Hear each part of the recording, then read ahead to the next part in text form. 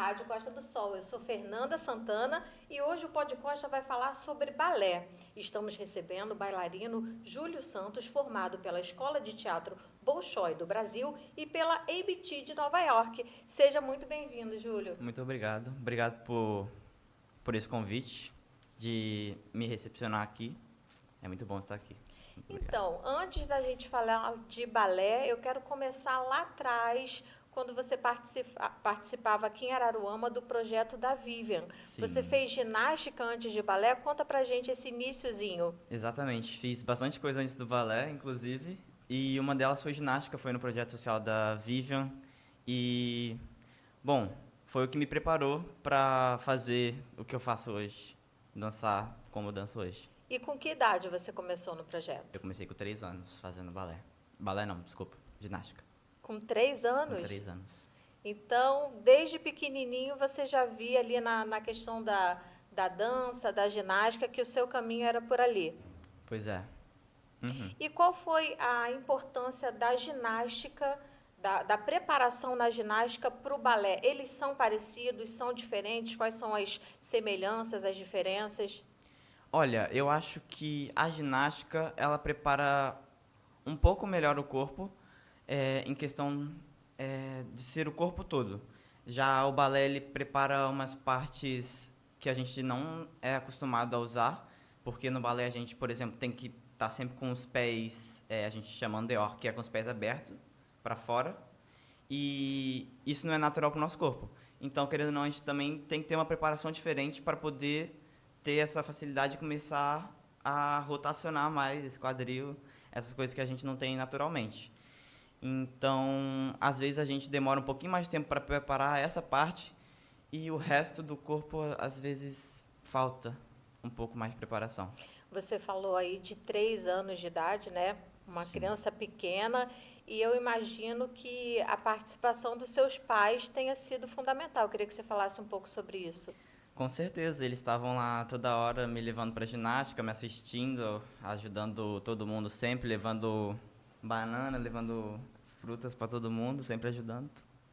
Muito legal isso. E você, com relação ao balé, você fez uma formação com Paulo Mâncio. Como é que foi essa formação, a importância dela? Bom, eu fiz algumas aulas com ele enquanto eu estava na ginástica.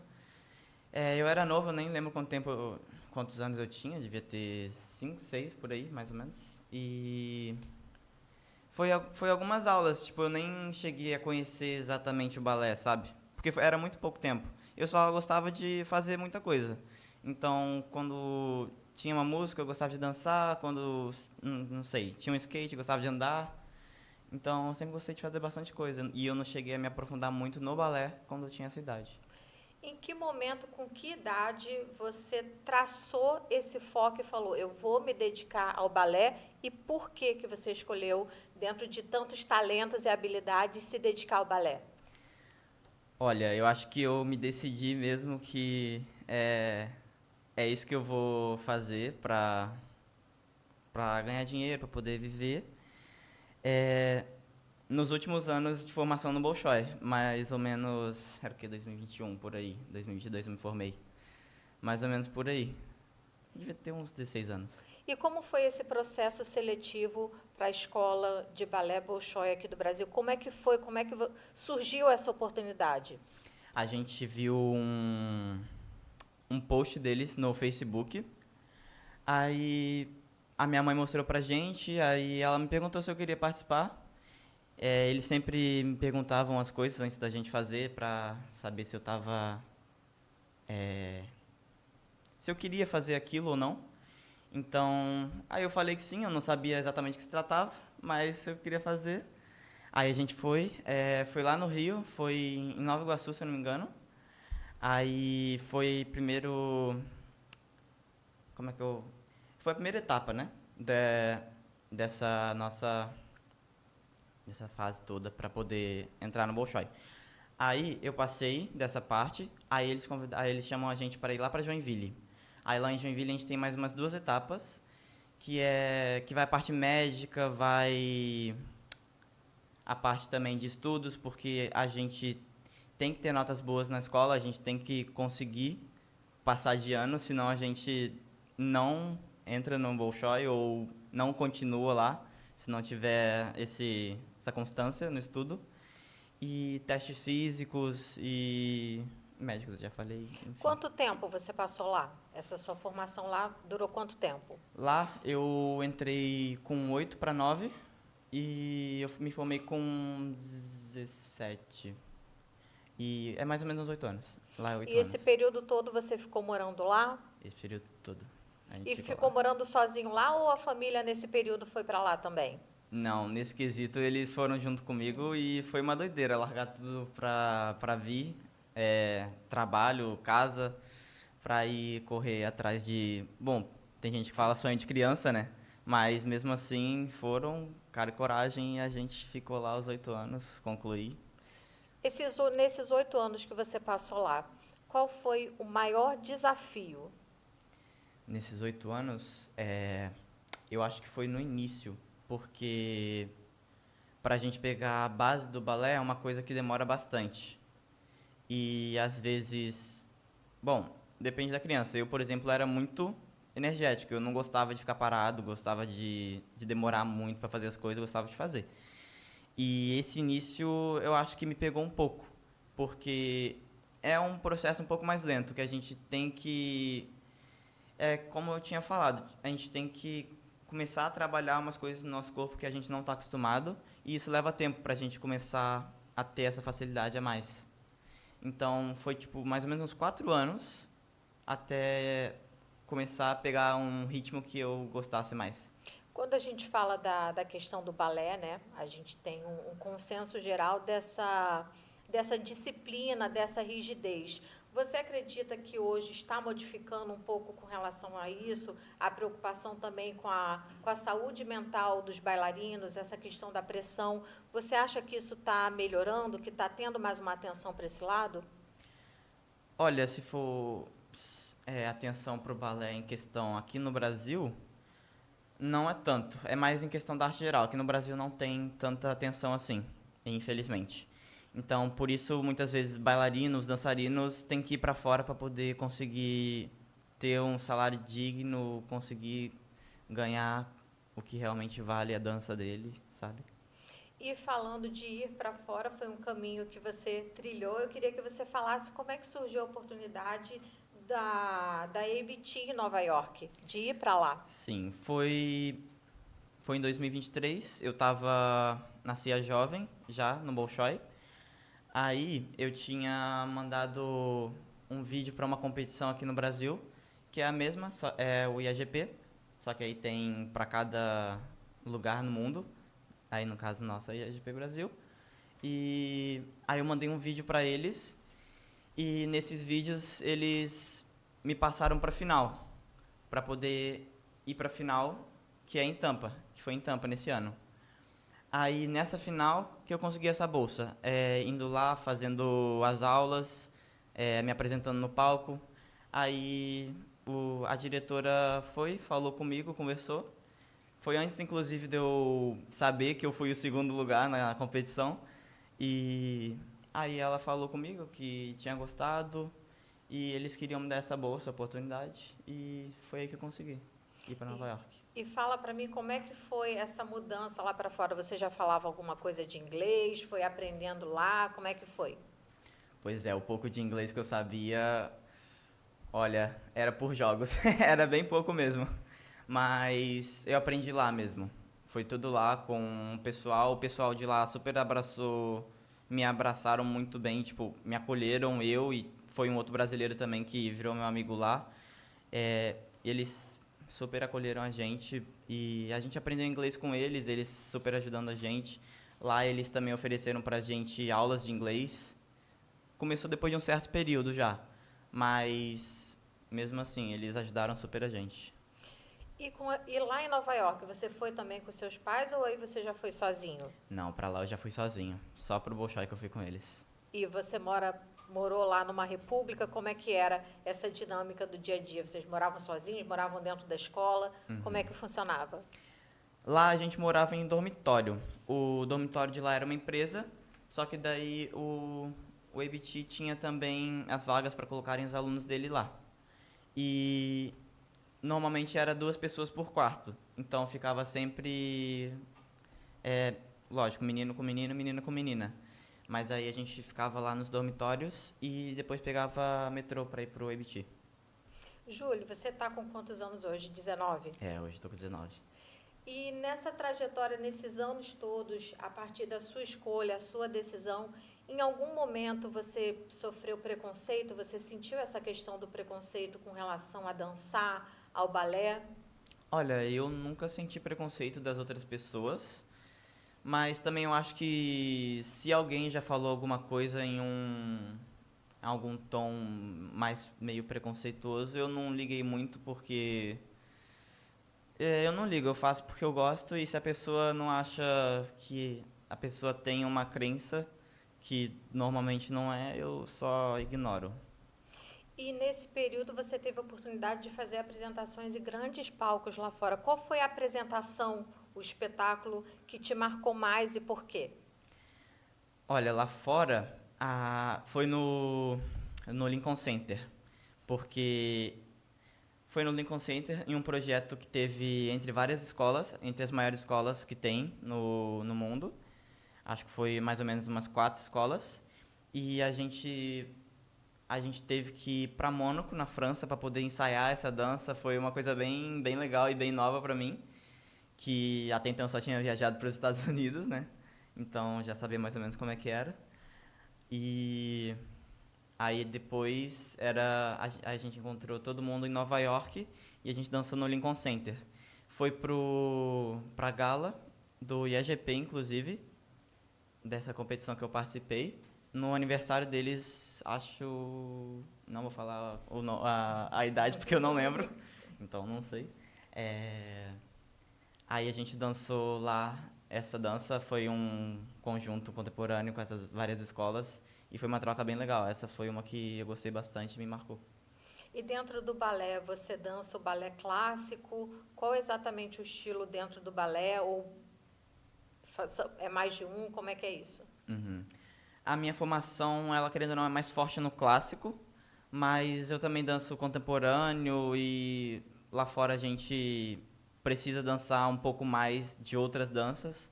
Então, sim, é aberto para poder dançar tudo E que vem. qual que você mais gosta? Olha, não tem uma que eu mais gosto. Eu gosto de dançar, eu gosto de estar no palco. Não tem uma que eu mais gosto. Depende da coreografia, depende da proposta do coreógrafo, depende da história. Eu estava acompanhando nas suas redes sociais e vi que ainda tem ali um pouco de skate, vi umas coisas da ginástica na praia. Uhum. Hoje em dia, essas outras atividades são hobby para você ou você pensa, quem sabe, de voltar em uma dessas atividades? O que você pensa hoje? Não, hoje em dia é mais um hobby porque não tem mais tanto tempo, porque na rotina de bailarino é praticamente todo dia, ensaio, aula e apresentação, então não tem tanto tempo para essas outras coisas que eu também gosto de fazer. Então é mais um hobby hoje em dia mesmo. Júlio, e nessa vivência toda que você teve, como que você considera a importância da dança na vida de um jovem como você, um jovem de uma cidade do interior que conseguiu conquistar tantas coisas? Qual a importância da dança na vida dos jovens? Olha, a importância da dança bom, independente da dança, eu acho também que para os esportes, oportunidades, dar outras oportunidades para pessoas que às vezes são pessoas carentes, querendo ou não, e às vezes não tem como empurrar o filho, às vezes projeto social ajuda muito essas pessoas, é um incentivo e às vezes é uma nova porta para a pessoa fazer, às vezes, uma coisa que ela nunca imaginou fazer. Júlio, e agora você vai entrar numa nova etapa, né? Você está indo para uma nova companhia. Uhum. Como é que vai ser? Qual é essa companhia? Como é que vai ser essa nova etapa? A expectativa? Sim. Então, agora eu tô indo como bailarino júnior, né? E não sei muito dos meus horários, do meu dia, como é que vai ser, mas vai ser uma coisa nova, vai ser um lugar novo, pessoas novas. Então, eu não espero tanto, mas eu sinto que vai vir coisas boas. E você tem algum ídolo, algum mentor? Olha, de ídolo no balé, eu gosto bastante de assistir Baryshnikov, que ele já foi também um bailarino do ABT, que é onde eu estudei, me formei. E eu gosto bastante da dança dele, eu acho ele genial, tipo, a técnica dele, a expressividade que ele passa no palco é muito, é incrível de ver, assim, uma coisa surreal. E fora do mundo do balé, quem é um exemplo para você? Um exemplo pra mim, ó, aí já é do skate. Eu gosto bastante do Bob Burnquist, que é brasileiro, skatista, conhecido mundialmente, e é ele que pra mim é outro ídolo. E qual mensagem que você tem para os jovens que estão assistindo, rapazes e moças que estão lá no início e que sonham com uma carreira internacional, sonham em viver da dança, né?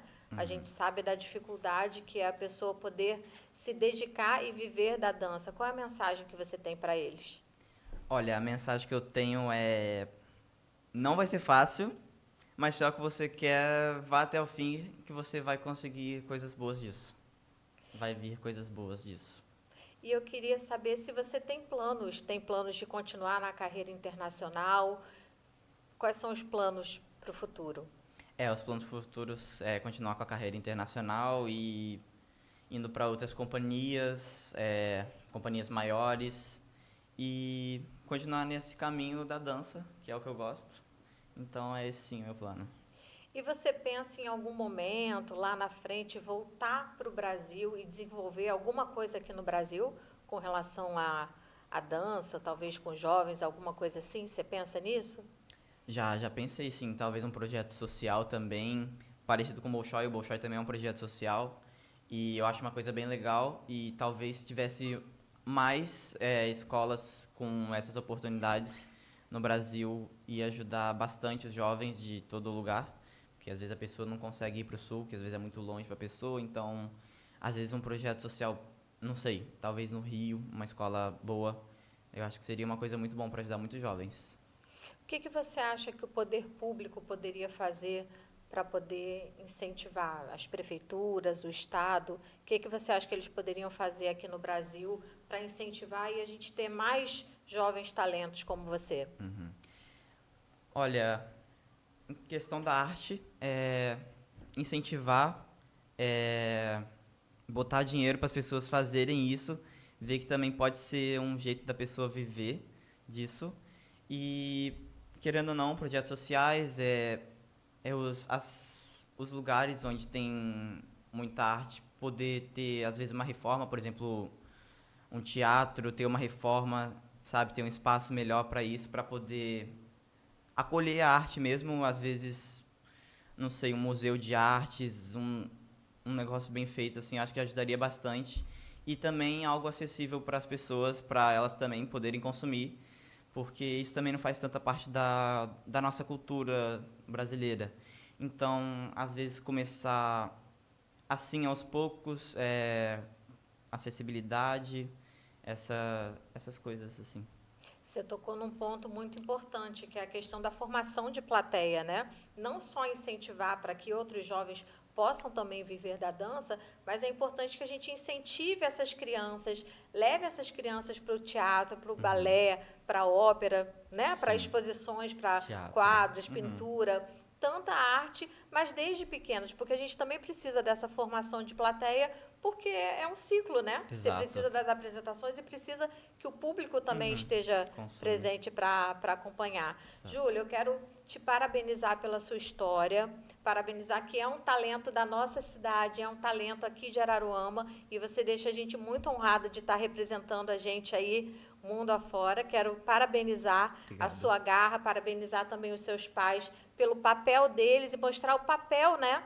O Uhum. papel dos pais quando a família abraça, quando uma Sim. criança tem um sonho, tem um objetivo, você tem que abraçar, você tem que incentivar, porque, ó, tá aqui o resultado. Eu quero que você deixe pra gente as suas redes sociais, seu Instagram, Claro. Facebook, quem tá assistindo, quer ver seus vídeos. Eu vi que você grava vídeos Sim. maravilhosos lá no ensaio também, os bastidores. Deixa as suas redes sociais para o pessoal poder acompanhar e conhecer mais do seu trabalho. Claro. Ó, o meu Instagram é Julio Santos P underline. O Facebook é Julio Santos. E o YouTube é a mesma coisa que o Instagram, Júlio Santos P underline. E esses dias que você está aqui em Araruama, como é que tem sido? Tá só parado, tá treinando? O que que você tem feito esses dias aqui em Araruama? Pois é, o pessoal da Estação Fit me acolheu, né? Eles fizeram uma parceria comigo e eu tô treinando lá com eles.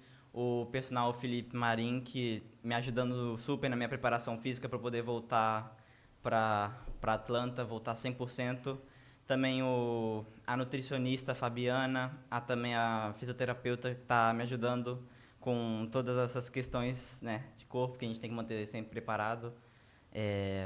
A fisioterapeuta Ellen, também a Vivian, que tá sempre me chamando para ir lá para ginástica para poder matar a saudade. Então, é importante que não tá parado. Tá aqui um pouquinho de férias, mas não tá parado, né? Exato, não pode parar. É isso. Muito obrigada. E vamos agradecer também aos nossos patrocinadores. Agradecer em Geluz Home Center, tudo que a sua casa merece, lojas em Cabo Frio, Búzios, Rasa e Unamar. E agradecer também a Prolagos. Nossa natureza movimenta a vida. E fiquem ligados que toda sexta-feira tem episódio novo do Pod Costa, com muita cultura, dança, entretenimento para você. Siga as nossas redes sociais. Até o próximo episódio.